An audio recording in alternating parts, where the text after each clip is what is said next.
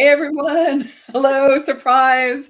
It's Lisa Graves here with Stephanie Koff, standing in for Nadine Smith this week. Welcome to the 5, 8.5. This is your midweek break. You know what the routine, it's 5 stories, 8 minutes each, and a chance to refuel, although 8 minutes is loosely governed. We slow things down to sip, reflect, and remember you are not alone. Stephanie, how are you doing? I'm okay. How are you? Well, now I just say love in the time of cholera. Yes, you do. You do. Here we are in the I time know. of Or love in the time of cholera. Caligula. Maybe Yeah, we just Caligula. Love in the time of Caligula. That's actually better. Or Nero. Yeah. Or Nero times Caligula. Yeah. Caligula. Yeah. Something.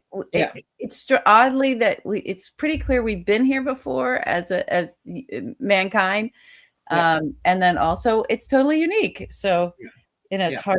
hard to find a name for it. Yep. But I'm sipping my tea. Got my tea, and I'm just hanging in there. Yep. Yep. I can't believe it's Wednesday. I cannot believe it is the 21st of January, and we've been now through 1 year and 1 day of this just totally outlandish situation. It's crazy, but we're going to talk about some of that. But before we get to that, is there anything else you want to flag for folks, or anything you want to say? Or? I don't think so. I think we should just jump into the show. We didn't cover this part. Do you want me to do the timer? Are you doing the timer? I'm doing the timer. I am in fact temporally challenged. This is true. That's all right. This is true. Nadine, who will be back next week, she often covers for me I do have a timer that I use, a kitchen timer that I use when I'm doing research, so that I don't go down too much. I've seen that kitchen timer. We'll use my phone. I think I've got it here. Okay. All right. You ready for we start? And we have a lot to talk about. Yes, we do. And it does sort of blur all into one another, a little bit like Donald's speeches. It's just a big blur. But hopefully it will be far more coherent than that. Total ridiculousness. Someone wrote Trumpigula. Yeah, that was good. Trumpigula. Yeah. Oh, perfect. Trumpigula. Okay, so I like Davos. That. Want to talk Davos? Okay. I mean, first of all, I don't know nowhere to begin, but you have this just insane set of remarks. A speech. It was technically human speech, but it wasn't a speech by any normal sense of the word. And I have to say, I have tripped over a lot of chords in my day, and I would have taken one for the team. I would have just I don't think they can arrest you for that if you just were walking near where the plug was for the mic and was just I tripped, the mic is unplugged. We're going to have to do a reset. Could someone, get someone else on? So I would have taken, I would have taken one for the team. I would have pulled the plug on that mic. That speech was bonkers. It was inappropriate. It was ridiculous. It was filled with lies. It demonstrated part of his dementia. Iceland, Greenland, who cares? We'll just take them all. It was offensive and absurd and obnoxious and embarrassing and shameful for the rest of us. It was just it was an utter disaster if you're judging it as what a president of the United States might say on our behalf to other leaders. But as I know you have a view on, it's not a disaster when you view it as what it really is in terms of what Trump is doing. So I would have taken one for the team. I would have tripped on that cord. I would have helped you. I would have given you a shove so you could trip. Just stop embarrassing us. For me, he doesn't care. He's never cared. He doesn't care. Don't think he has dementia. I don't think he's getting demented. I keep saying this. I don't think he's crazy. I don't think any of those things are happening. He's a criminal. He's a criminal. Yeah. So all I could see while I was watching, I was like, where's Jared Kushner and Steve Witkoff? There's a crime going on. What some things that this is a show, this is a distraction, and it just felt like it was in a movie. Is it going on this long because they're back there Ocean's 11, waiting some trucks, they're unloading the gold. Yeah, he's got to keep. They're keep it going. We're not quite through the safe code. Yeah, it literally is that. something was happening somewhere else that is the real thing going down. It has to do with plundering vast amounts of money or wealth from places, just piracy, basically, and jamming it in their pockets while he's up there doing the Krasnov show. Yeah. It's all he's ever done. It's what The Apprentice was. It's just putting on a show. I'm putting on a show. Meanwhile, this whole thing we're doing, we're building Trump towers here and there and there. It was just money laundering, right? Yeah.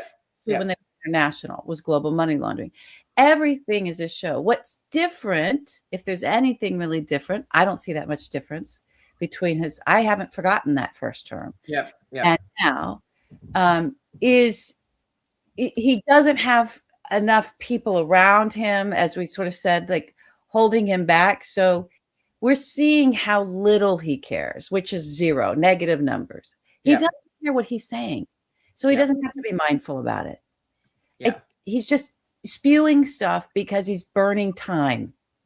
Yeah. And it does has all these other things to it. It's also embarrassing. It's wrecking our alliances. It serves all these other purposes. He's very conscientious that that's what's happening. Yeah. Sure, stuff slips out. We get the id. We get him bringing up a woman leader. He can't remember who was saying, no, don't do it. No. And it's like, are you sure that wasn't, you're not harkening back to one of your sexual assaults, So he makes it pornographic, which he always does. Yeah. I don't know. That's what we have. The thing is, the world leaders are figuring it out. Yeah. I can't believe it's taken them this long. Yeah. And it's bad news for us, but what they're figuring out is it's gone. This is, the American people put this man in office a second time after everyone lived through all this the first time. This is what they want. And America is not the America that we all came up, every single person, because nobody predates the, FDR, at that forum or anywhere else. So it's just, we are not on the world stage in the way that we were. And I think it's just going to take them time to figure out how do we uncouple from the reliance on this American stability and seriousness when it comes to things like sharing intelligence with allies, when it comes to things like the global economic, which is what this is all about, stability. You don't have America in that role. So how do they reorganize themselves in such a way? And essentially that was Mark Carney's speech of, we got to be in reality here. This is gone. It's gone. And we got to figure out how we move forward instead of just sitting there thinking, okay, we can just wait this out and maybe it will correct itself somehow. Yeah, it really is extraordinary because, the Biden administration did so much to try to repair the damage done. There were ways in which they went too far in the other direction, like putting Merrick Garland at the top of the Justice Department, walking slowly on the criminal investigation rather than actually doing what needed to be done immediately, which was appoint a special counsel, an independent, a special counsel to look into it and prosecute the crimes. But there were so many other things that were done by the Biden administration to try to restore normalcy. And yet at the end of the day, the Fox not news juggernaut, the Sinclair not news propaganda machine, the sort of right-wing, ecosphere continued to just lie and lie and lie and lie and lie. And convince. It worked. Yeah, it worked. It was a very successful propaganda campaign to, basically solidify that 35%, which is predominantly the Republican Party, to back him regardless of everything, despite January 6th. And also just the grossness of believing the lies about immigration, just the lies about immigration are so grotesque as part of this authoritarian fascism. People who have committed crimes, who are immigrants, are in jail. At the end of their jail sentence, they're returned to their country. There's very few countries that we could not return people to, only a tiny few that we didn't have diplomatic relations with. For example, like Vietnam, years and years ago. But there was not this crime wave, this horde, this, the whole thing. The crime rates have been going down. All the stats show it, state stats, federal stats, independent researcher stats, except Fox says it's going up, and it's immigrants. And then because there is not this actual real crisis, that's why they have to invent it with the just outrageous things they've been doing in the cities and the states, including Minnesota. But you're right. Like, Trump doesn't care about the facts. It's been clear from the beginning he doesn't care about facts. He's a liar, lies and lies and lies. He makes stuff up. He thinks he's an entertainer. He's like some guy who grabbed the mic at a wedding who just won't let go and is just speaking nonsense up there, except that he sits on our nuclear arsenal and literally is trying to shake down people and countries. And the disrespect for our allies, the personal disrespect, the text messages, like everything is just a fundamental reflection of this pig of a man who is this homunculus, who is, someone who is so compromised. I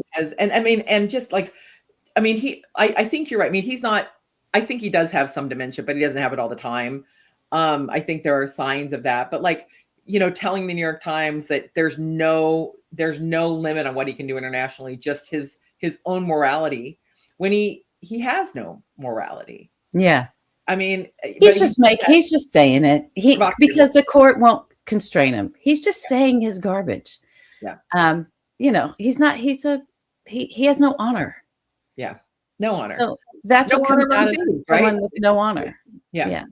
So here we are. I heard the alarm go off. So we're going to jump into our second topic, which is closely related, Greenland. So I wrote a piece that we published today on Substack about Ron Lauder and how the Citizens United decision, which the anniversary of that decision is today, 16th anniversary since the Roberts Court rolled the American people by engrafting this really, in my view, obscene notion that the First Amendment protects money as speech, while meanwhile the court has upheld all sorts of restrictions on actual human speech. Then that unleashed these super PACs, and that then we have this unleashing of these nonprofit C4 groups that don't have to disclose their donors, but sometimes we know, sometimes we don't. We do know that Ron Lauder, the heir to the Estee Lauder fortune, which I regret that I've contributed to by buying products from Clinique and MAC and other makeup companies over the years, not a huge amount, but enough to have regrets, have made this guy a $5 billion billionaire. And he has been spending money backing all sorts of right-wing regressive politicians over time, but in particular Donald Trump, and was the guy who told Trump that he thought we could take Greenland. And that was back in the first term of the Trump administration. It was unmasked, both in a newspaper article and then a book. It's been well documented that was the story. And then Trump comes back in a year ago and a year ago. And who's right there trying to help him get Greenland? But Ron Lauder writes an op-ed in the New York Post, which he says, I'm an expert on Greenland because I've had business dealings there. And we have 3 ways we can get it. And he didn't have military on the list, but all the other ways were different efforts to capture the assets of Greenland. And of course, he says, he writes out loud, rare earth elements, rare earth minerals. That's what he wants. And it turns out, whoa, lo and behold, what's he doing? Investing in rare earth minerals. And then you look at this whole play where Trump was squeezing Volodymyr Zelensky on Ukraine to trade off access to their rare earth mineral fields in exchange for U.S. aid. And who ends up getting part of that deal? Just announced this month, Ron Lauder and other assorted billionaires. So like you said, where's the money going? What's happening? It turns out that after Ron Lauder wrote that op-ed and whatever he was saying behind the scenes to Trump about, go to get Greenland now, you're back, we're back, baby. Then he gave $5 million to MAGA Inc. The next month. So, that money goes into Trump's coffers, even though Trump isn't allowed to run for office again, is barred from by the Constitution, at least, from running again. But there's $5 million right into the coffers right there after that big public push for Greenland. And now here we are a year later with this saber rattling and obnoxiousness. And, that's just part of the grift, because the other news this week along these same lines is that part of the money that is being taken out of Venezuela from its oil is not going to the U.S. Treasury, but is in a Qatari Yeah. So it's like you said, it is a sort of a crime family operation with Trump, and he wants control of these territories in order to give baubles or help his buddies, his backers, get richer. Yeah. Yeah. That's the lens. That's the contemporary lens on Ron Lauder. Yeah. Tell us more, because you know more. Tell us more. The historical lens on Ron Lauder widens it quite a bit. So Ron Lauder's been in the business of sort of trafficking Kremlin agendas into U.S. politics for a long, long time. There's just a ton everybody can kind of look at and research. It's all, journalism predating a lot of it, Donald's first term. So when I was digging into Donald's organized crime ties, these people kept veering around that I'm following, kept veering around, and there was like Ron Lauder. He was sort of like one of those characters that Kilroy was here. Yeah, or like, remember I talked about this before, like Entourage, that show about Hollywood, right? Yeah. And once they realized that character Ari was the character everybody was going to see, he was just popping up all over the place. He was in every storyline and everywhere. They when they wanted energy in a scene, you got to get Ari somehow in there. Yeah. So that's sort of like Ron Lauder is one of those characters in Trump's past and history. Every time there's sort of like this weird Russian crooked laundering turn, boop, he's popping up there. And there's God only knows what's the origin of that. We can trace it and talk about it. That's for probably another show. But he had a very close friend that was in politics, that he started. He kind of got pulled Ron into U.S. politics. Ron's Kremlin ties and ties coming through Israel when you had that whole agreement with the Vatnik stuff. He was in global politics in that way, but not necessarily like U.S. elections. Let's get these particular people elected, until he got close with a man named Arthur Finkelstein. And so Arthur Finkelstein is just a name I want everybody to know, everybody to remember, everyone to start looking up. Arthur Finkelstein started his career in politics working with Ayn Rand. Well, she was still alive. That lovely Kremlin spy wrote Fountainhead and all the stuff that the young conservative moment. He was a mentee of Roy Cohn, and went on to even though he was just only a little bit older than Roger Stone, really then shaped Roger Stone. So we think of Roger Stone as this dirty trickster and this guy that's inside all this weird stuff. But it was Arthur Finkelstein who was the professional mind behind even all the stuff Roy Cohn was doing. His real expertise was he was genius, and he learned a lot of this from Ayn Rand and from whatever the flow through was back to the Kremlin during the days of the KGB and the Soviet Union. He learned that trick. He was very expert at turning things inside out and branding things, right? So making liberal, this dirty thing, right? This dirty word, and teaching politicians to win their election. He was a pollster, like Kellyanne Conway, but really skilled, right? And went into being a consultant. So because he was buddies with Ron Lauder, he helped Ron Lauder with his failed campaign at some point. But this guy was involved in every Republican campaign. it just like it blows your mind if you read his history, his biography of who he worked with, D'Amato and Wallace and like Oh, all wow. these guys, Right, right. Giuliani, all these guys. Wait, ignore that timer. Keep going. You know that time. So, and he got into international politics after the Soviet Union fell. He's the one who's responsible for putting Bibi Netanyahu in office. He's the one who's responsible for putting Viktor Orban in office. He was the one who, his boys, they called Arthur's boys. He came out as a homosexual later on, and then was like kind of a thing within the Republican thing because he had crafted so many campaigns and stuff that were about villainizing the LGBTQ. And then it turned out that's what I mean. He was like an inside out, like accuse the other, that he was very skilled in all that stuff. But he's was the one, if you remember a guy named Tony Fabrizio, that's one of Arthur's boys that was in the Mueller investigation. That was the one that connected Manafort with Klimnik. He's the one, I believe, that put Manafort up and connected Manafort with Donald originally. But he also got Manafort the job in Ukraine because he was in there with all those politics. Anybody that was Putin's person, there was Arthur Finkelstein, right? He was just in those Eastern European and the Middle East in a big way in his later years.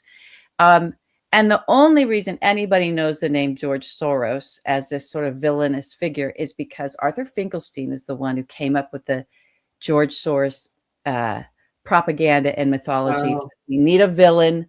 It'll be this guy. And it was right at the time that George Soros was going after and hunting down all the corruption around Putin, specifically Semyon Mogilevich, at the heart of it all. So where Bob Levinson was hired by George Soros's group to go and try to track the money behind the Russian money and how it was this sort of vast sum of wealth that was corrupting all of Europe at the time. So that's Arthur Finkelstein, Ron Lauder's buddy. He's passed away. He died a few years back during Donald's first term.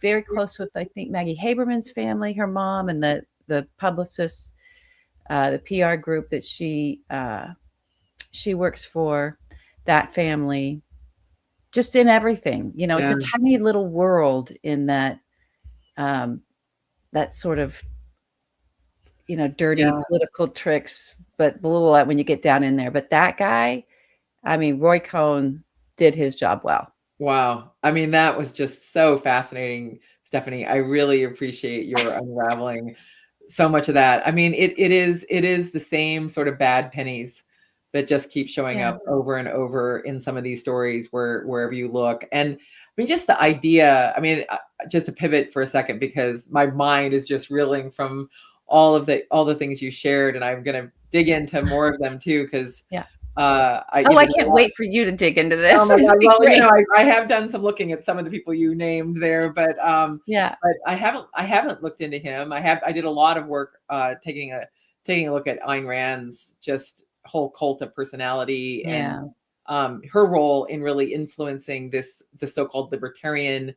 You know, I don't give it a capital L ever. You know, they call it a philosophy. I just call it greed and selfishness. Let's not pretend that it's actually like a real like school. It's just a rationale for selfishness. And her books, like so many of the people who have done so much damage to America, when they're asked, you know, what was the book that was most influential in their life, they say Ayn Rand, Fountainhead, or, you know. I know all these patriots that are this like glued to this Soviet propaganda. Right. And some of them end up embroiled in scandals involving what? Oh, Putin and Russia, and, you know, I won't go through all that list of names, but like it is just extraordinary that influence on the far right.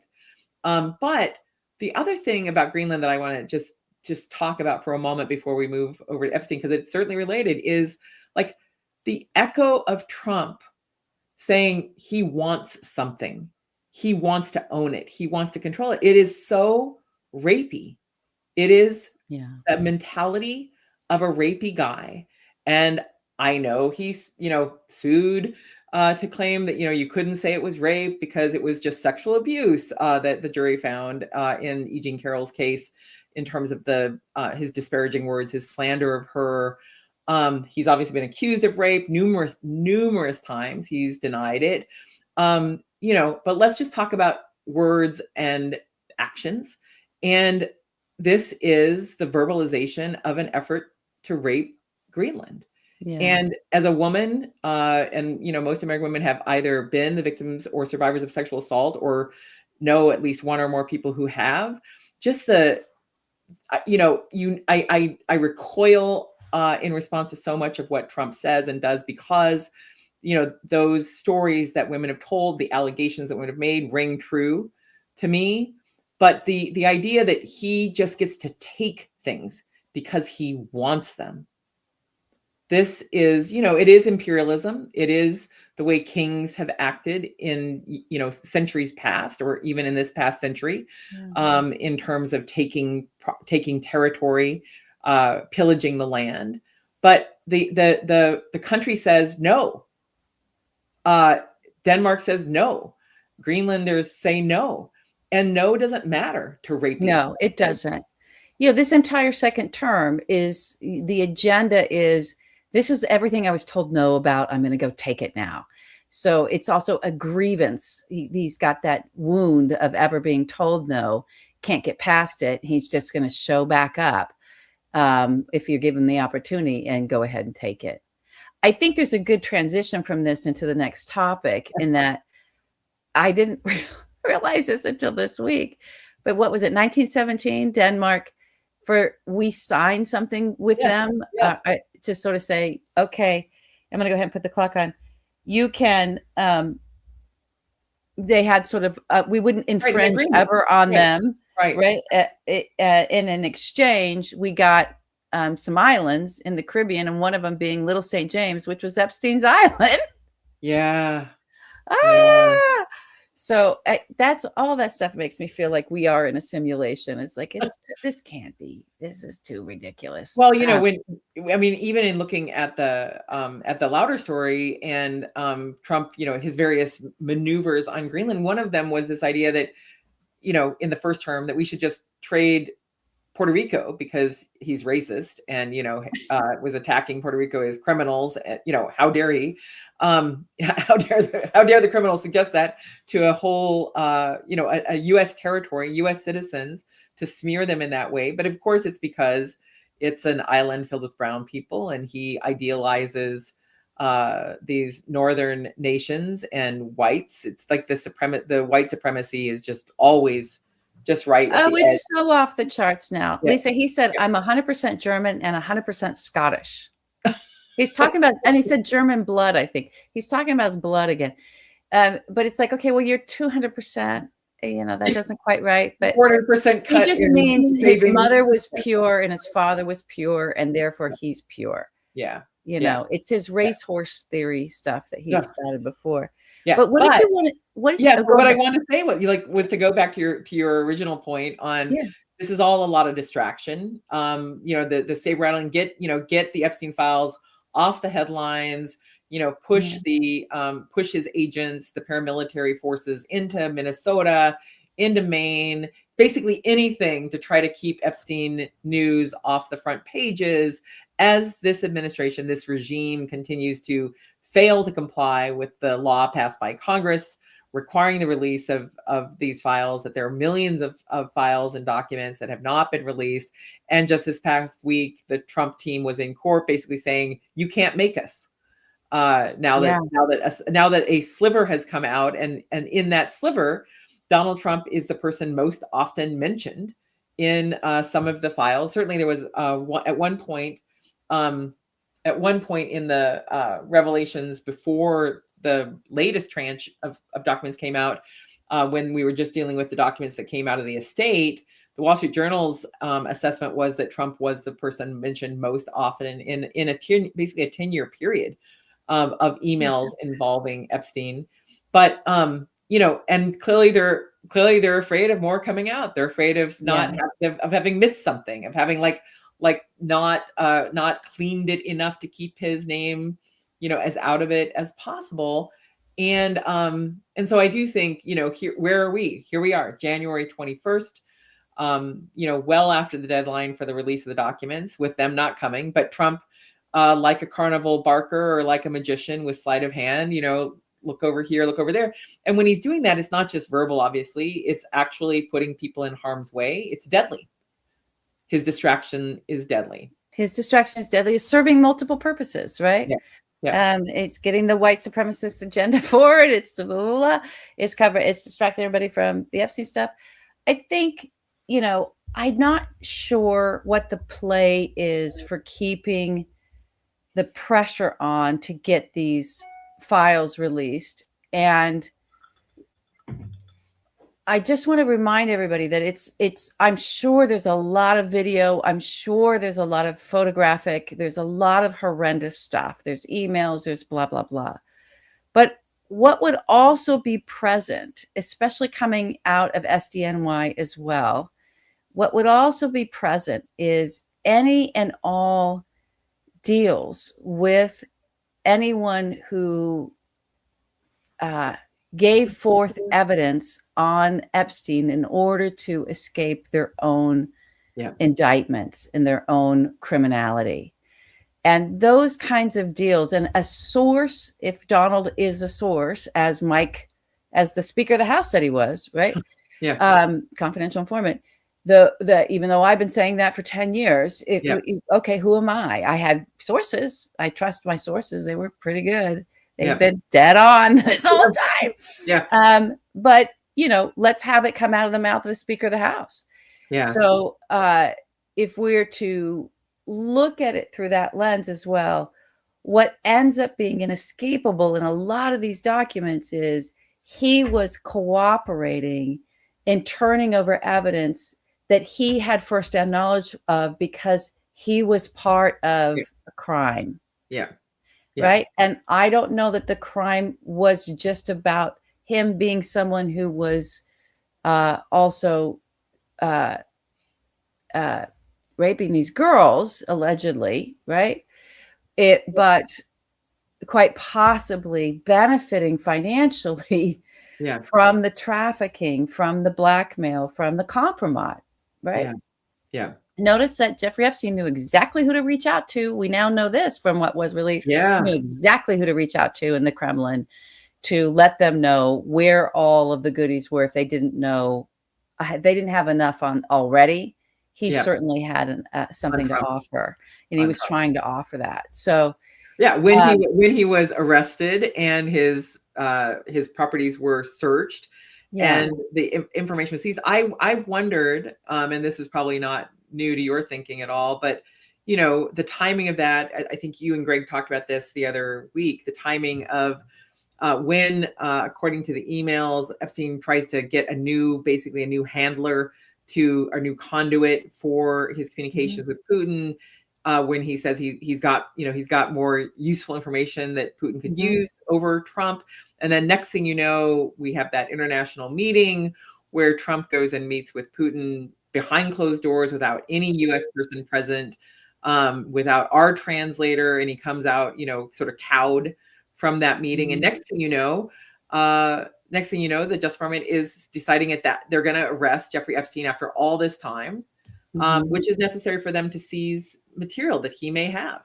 The arrest warrants are both about the crimes that he was alleged to have committed, which there was ample evidence of, and I think also about access to those materials. And I suspect that Trump thought that he had a guy. This is my speculation, just my opinion, that he had a guy who got stuff about him out, so that he could rail about the Epstein files, thinking that he was no longer in them, that he had somehow managed to get them. It's just too much. He was too involved in every aspect. Right. He was involved with Ghislaine. He was involved with, it's when it's the money. Yeah. The money. Right. That's right. The money is there. But I think that whatever that I have over him thing, I suspect he thought that that somehow that material was no longer in there. And then the surprise, basically, of Bondi's conversations with him last spring saying, oh, no, you are all over the files. You're in here. I don't know. We may never know the full story of that. No, she's his Roy Cohn. He wanted a Roy Cohn. He got one real cheap. She's a cheap one. Yeah. So she's not going to release it. There's nothing we can do. I don't know what Dems can do. Someone's just going to have to release it all. Yeah. And, you trip on the cord of the microphone. And then we're going to need, going to need this level of patriots that just sort of go, I got to do it. Maybe work out a deal ahead of time with Greenland. It's cold there, but I bet they'll shelter you. Maybe Macron with his aviator sunglasses, rolling in like a French Rock Terminator. Yeah, sexy. That was such a great move at Davos on Macron's part. And of course, that pissed Trump off to have him walk in with the shades. Yeah. He stole the thunder, didn't he? Yeah. How dare he? How dare he? Yeah. Okay. So that was our timer. So are we going to move on to? Sure. Whatever you want. It's your show. All right. Well, we're moving on. So, today there was an argument before the Supreme Court. At this point, to me, it's all kabuki theater because basically Roberts is playing a big chess game with our country, with our future. And in essence, they're suggesting that the president can fire anyone at any time for any reason, anywhere. All the other boards, all the other independent boards, anyone, he could basically, enact his political retribution campaign, destroy people's lives, remove civil servants, no matter what the protections have been, in the law, in contract, rules like Hatch Act rules to prevent the politicization of the civil service, et cetera, et cetera, et cetera. This totally manufactured, quote, unitary executive theory nonsense that, Chief Justice, Chief Justice Roberts, Rehnquist popped into my head as another villain. But this I was thinking about Bill Barr because he wrote that love letter of unitary executive. But this concoction of this really just terrible theory that a president is basically king of the executive branch is extraordinary. And you have the Fed, and the way the Fed has been, independent of the president. Obviously, the president nominates people, and Congress, the Senate has a chance to confirm them. And the Fed has been central to the U.S. bouncing back from the, COVID pandemic. The U.S., managed with the leadership of the Fed, the U.S. was able to manage that bounce back better than almost any other country in the world in terms of navigating inflation forces and more. Like, I'm not a big fan of the sort of nonsense about Trump being a master of anything, let alone the economy. The only reason that Wall Street, the stock market, is growing is because there's this huge AI bubble. Every other industry is flat. All the other economic, points are low or back, going backward in almost every way.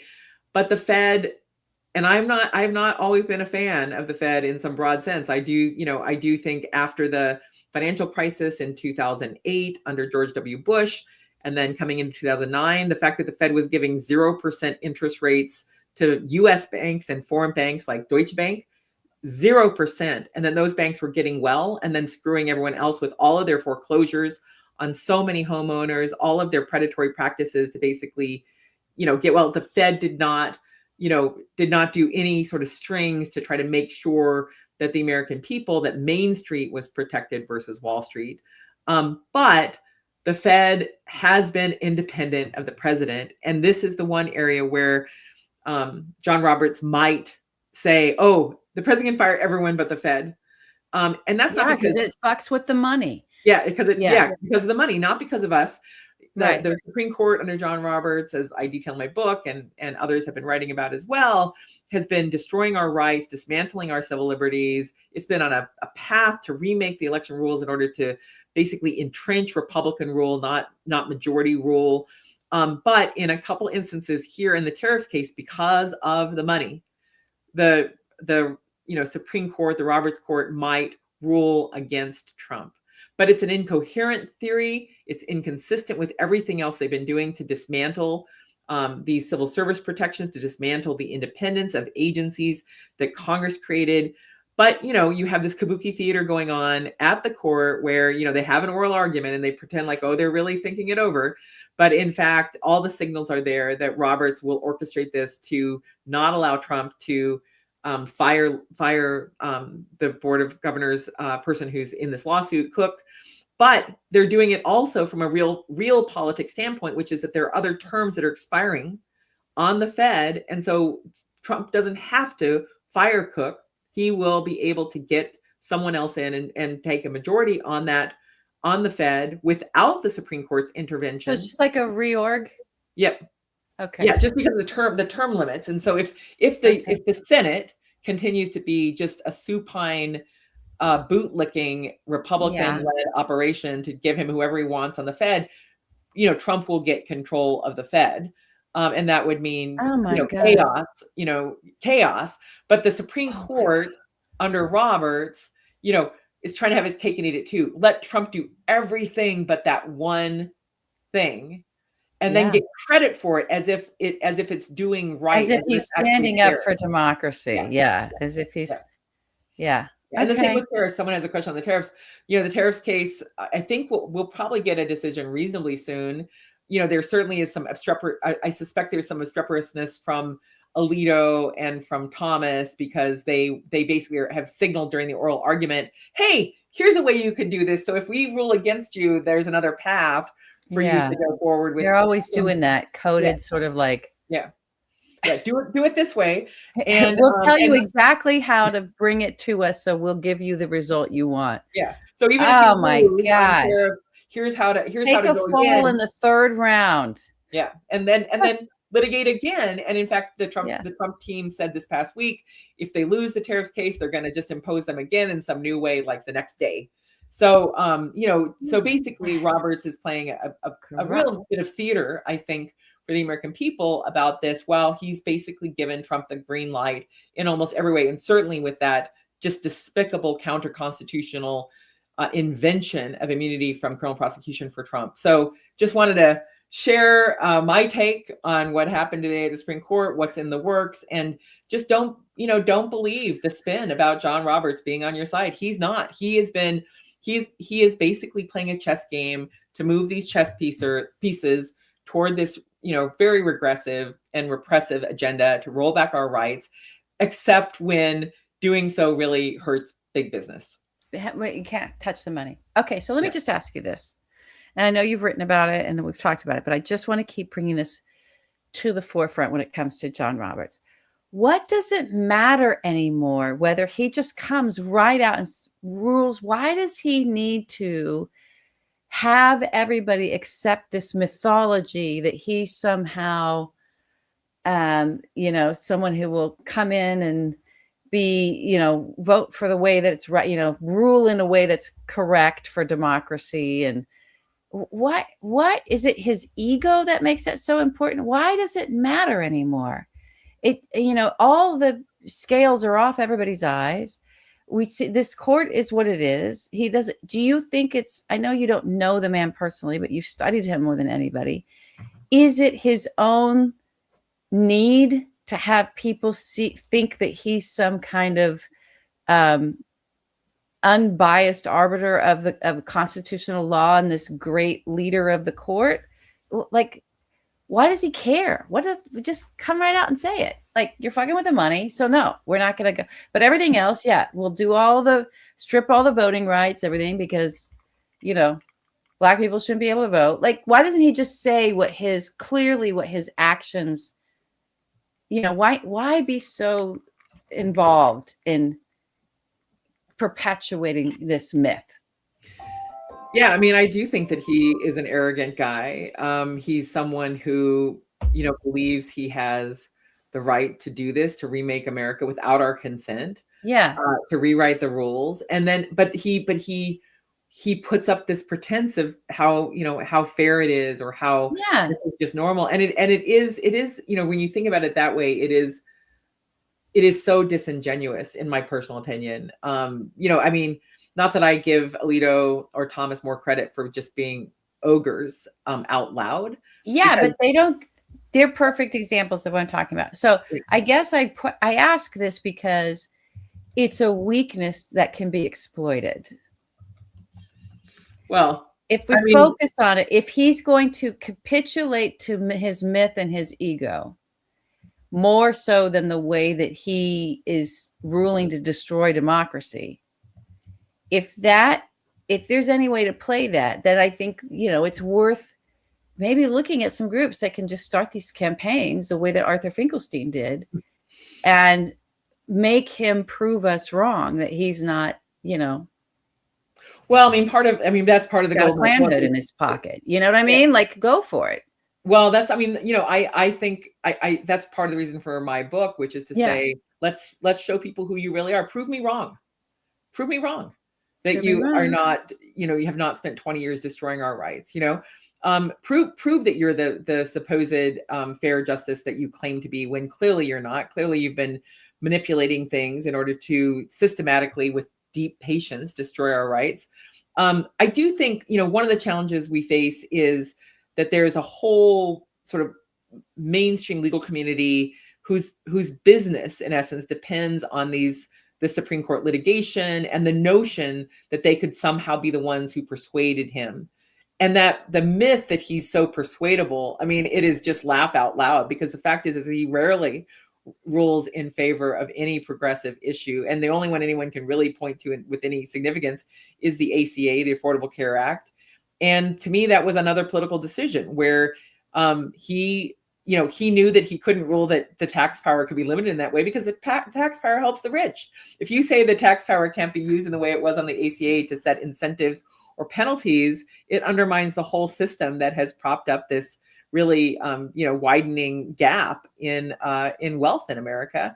And I don't think that he wanted the Republicans to go into that election cycle having kicked 20 million people off of their health insurance. That it's a bad look for the Republicans, even if there were people who were like, you need to get rid of it. Instead, in that opinion, he sort of gave some signals of how you could get rid of it, or how you could minimize it, other arguments that you could make. And subsequently, he and the other Republicans on the court have used religious freedom as a sword to attack access to healthcare for women under the ACA in a couple of major decisions, including one in which Roberts and his buddies on the court endowed Hobby Lobby with the human right of religion, as if this company that sells craft, supplies has a conscience, and that they get the conscience of Hobby Lobby, which is a, family owned company, because the Greens own the company, but it's not a small company. It's not like your, the soda shop down the street. And you claim that they felt so strongly about contraception that they should be able to basically block the provision requiring access to contraception for people who get health insurance through their employers.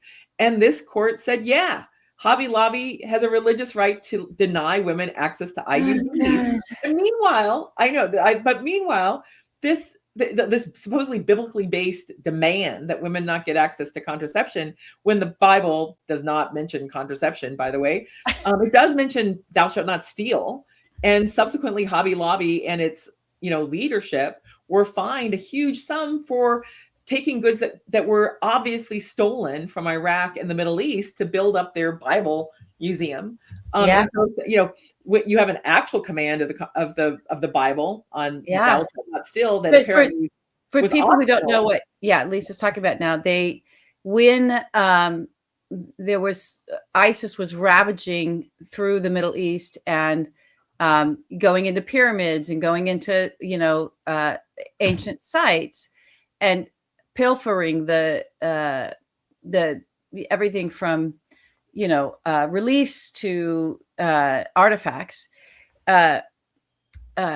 Hobby Lobby had somebody, I can't remember who it was. It was somehow, I thought, connected to Mark Burnett, if not Mark Burnett himself, figure out how to get those stolen goods by a terror group from the Middle East, wherever they were hoarding them, into the hands of the owners of Hobby Lobby.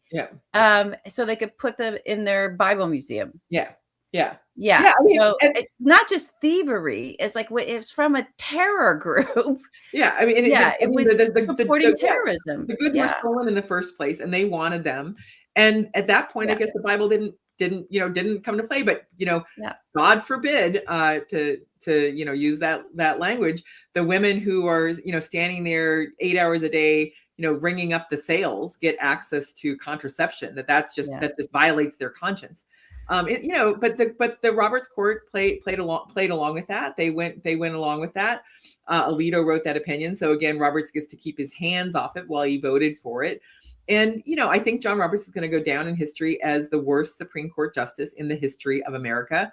And all these efforts to pretend to get, favorable press, like that he is an institutionalist. When people say that to me, I say, prove it. Show me how he's an institutionalist. He has destroyed the reputation of the Supreme Court, in part by doing nothing about the well-documented ethics scandals that have, is a cloud hanging over the court, including from his colleague there, Clarence Thomas. He let Thomas sit on the case, in that immunity case, which was literally about Trump being charged with a conspiracy that included getting fake electors appointed in other states so that they could foil the Electoral College vote, and who was emailing legislators in other states, Wisconsin and Arizona in particular, to set up fake elector slates, but Jenny Thomas. And that was Clarence's wife. known. Yeah, he didn't recuse. It was terrible. Did not recuse. But, and Roberts said nothing, did nothing, took that vote on all those cases. And so I do think we need to come to grips very clearly that this court is a destructive force. It is acting in a way that's very political, very partisan. It has put this power into the hands of this President Trump, basically pardoned him retrospectively and emboldened him. And we are going to have to organize for major court reform as we attempt to restore and expand our rights, the rights that this court has damaged. And it's about to do more damage on the voting rights case that's coming up, for a decision in a few months. Yeah. So that's what I want to say. Okay. All right. We have to move off of that, Lisa, because it's that actually of all of what we're talking about is the most depressing. Okay. It is. All right. Well, so let's talk about Minnesota, which is also Minnesota. We should say Minnesota and Maine. But I will say, hey, I know people are demoralized, but let me just say before we move on, just quickly. Okay. There more and more people get that this court is not acting like a fair court. The polling for the court is terrible. It's, again, like 2022 at the lowest point it's been. More people know we need court reform. The conversations about court reform are happening in communities as well as, in Congress. We have a tremendous opportunity if we are able to get, the power out of the hands of the Trump loyalists. Yes.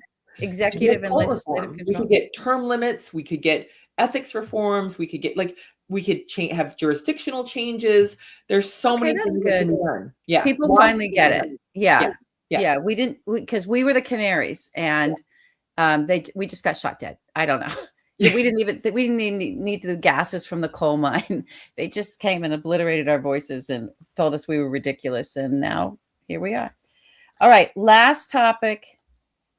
Minnesota and Maine. You said Minnesota and Maine. I mean, what do you want to say about it? I mean, I want to say that, this is extraordinary. Obviously what we're seeing, it's heartbreaking to see this violence in our streets being, perpetuated by these guys in basically paramilitary, being backed by Trump and Vance, who've asserted that they have, quote, absolute immunity, which is ridiculous, except that Trump has immunity because of John Roberts and the court, and he has the pardon power, which John Roberts has tried to basically insulate from a further reform. I think it deserves substantial, massive reform because it's been used so corruptly. And you certainly shouldn't be able to pardon people for doing, crimes that you are basically paying them to do, to rough people up, to terrorize our communities. And in the midst of all this, what you see is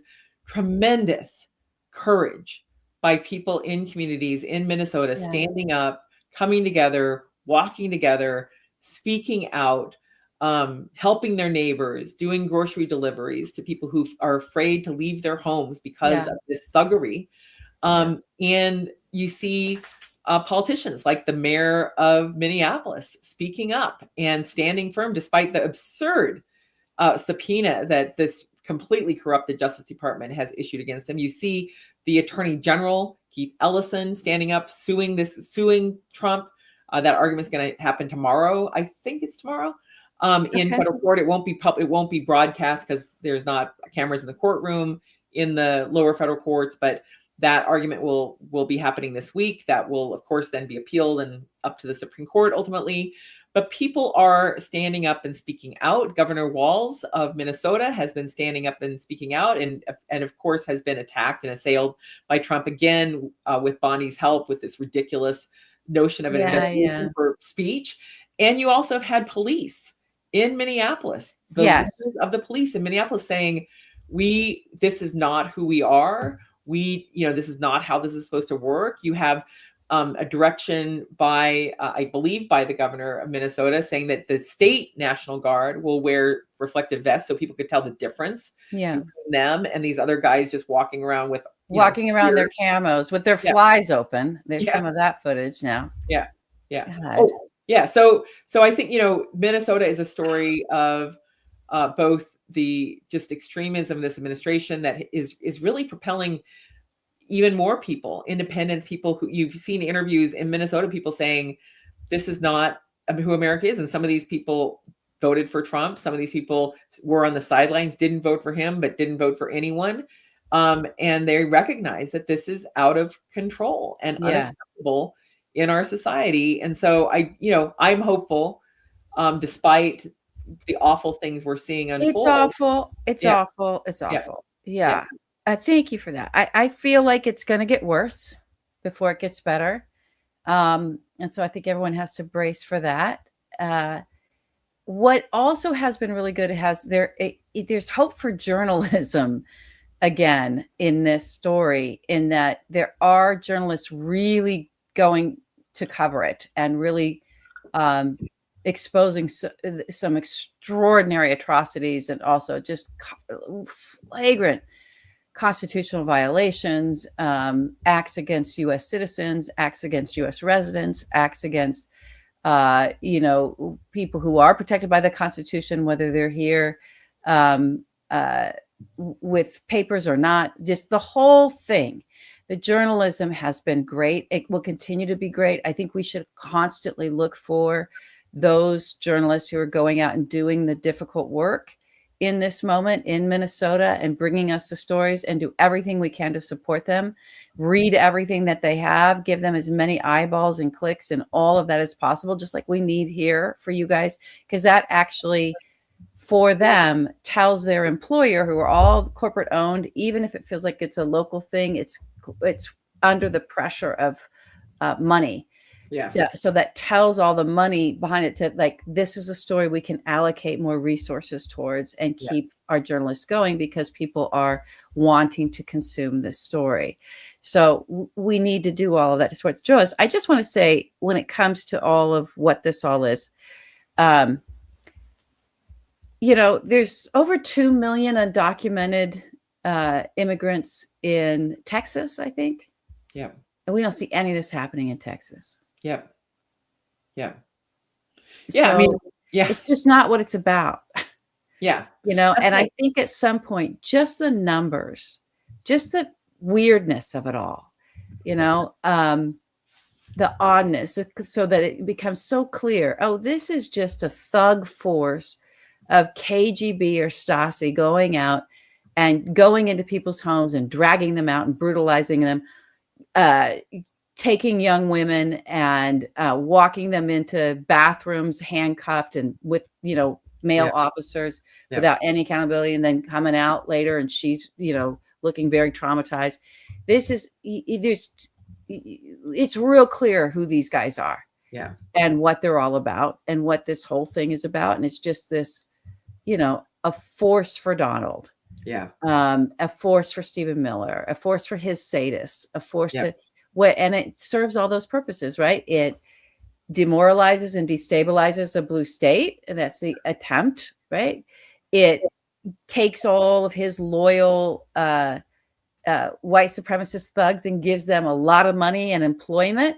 So that he can have this hardened force that just is going to continue to grow as the economics Budget. around Right. families. It's just like, this is what the Germans did. It's like, here's the employment we have for you. There's no other real employment, but if you want to feed your family, come and join our force.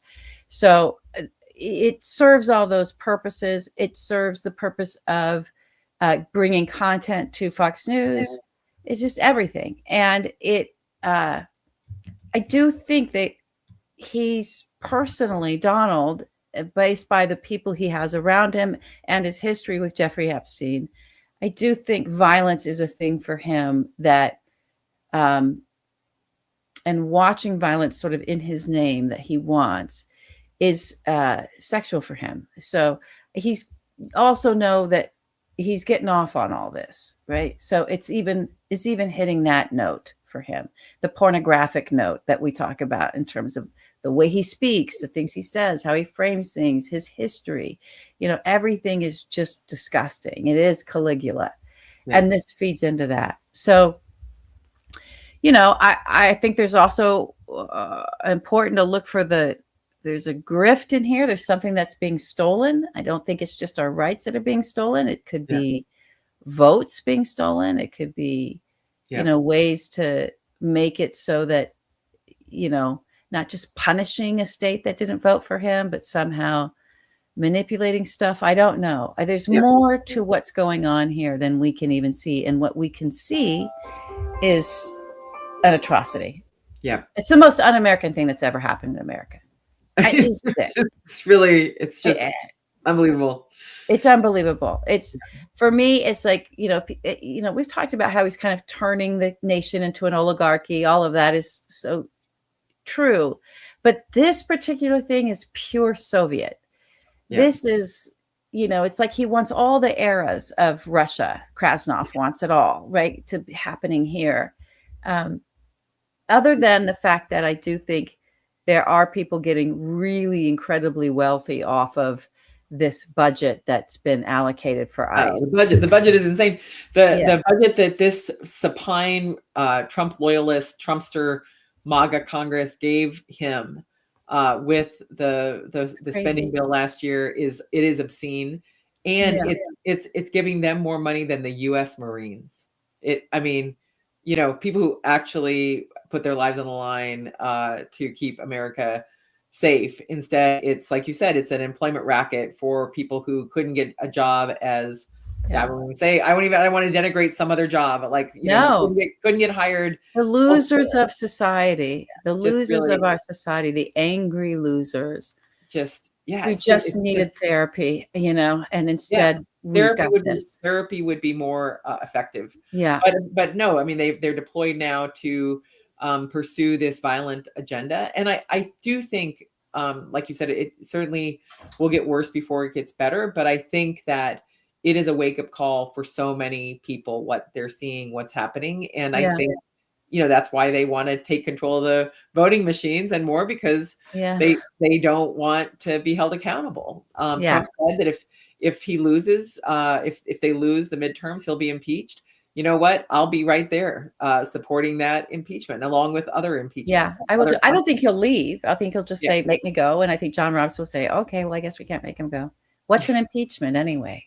Yeah, There's a whole, I have a whole chapter in essence on Roberts and impeachment, but I know we're at the top of the hour. It's been so lovely talking with you, despite the nature of the issues that we've been discussing. And it's time for our glass half full. Okay. I confess that Nadine usually conceives of these and does so, but we talked about Jacob Fry, the mayor of Minneapolis. We talked about Ellison, the attorney general of Minnesota, Governor Walz, who is from Minnesota, them standing up, the police in Minneapolis saying this is not the American way. Although, I know there's been a track record there, but there's been reform.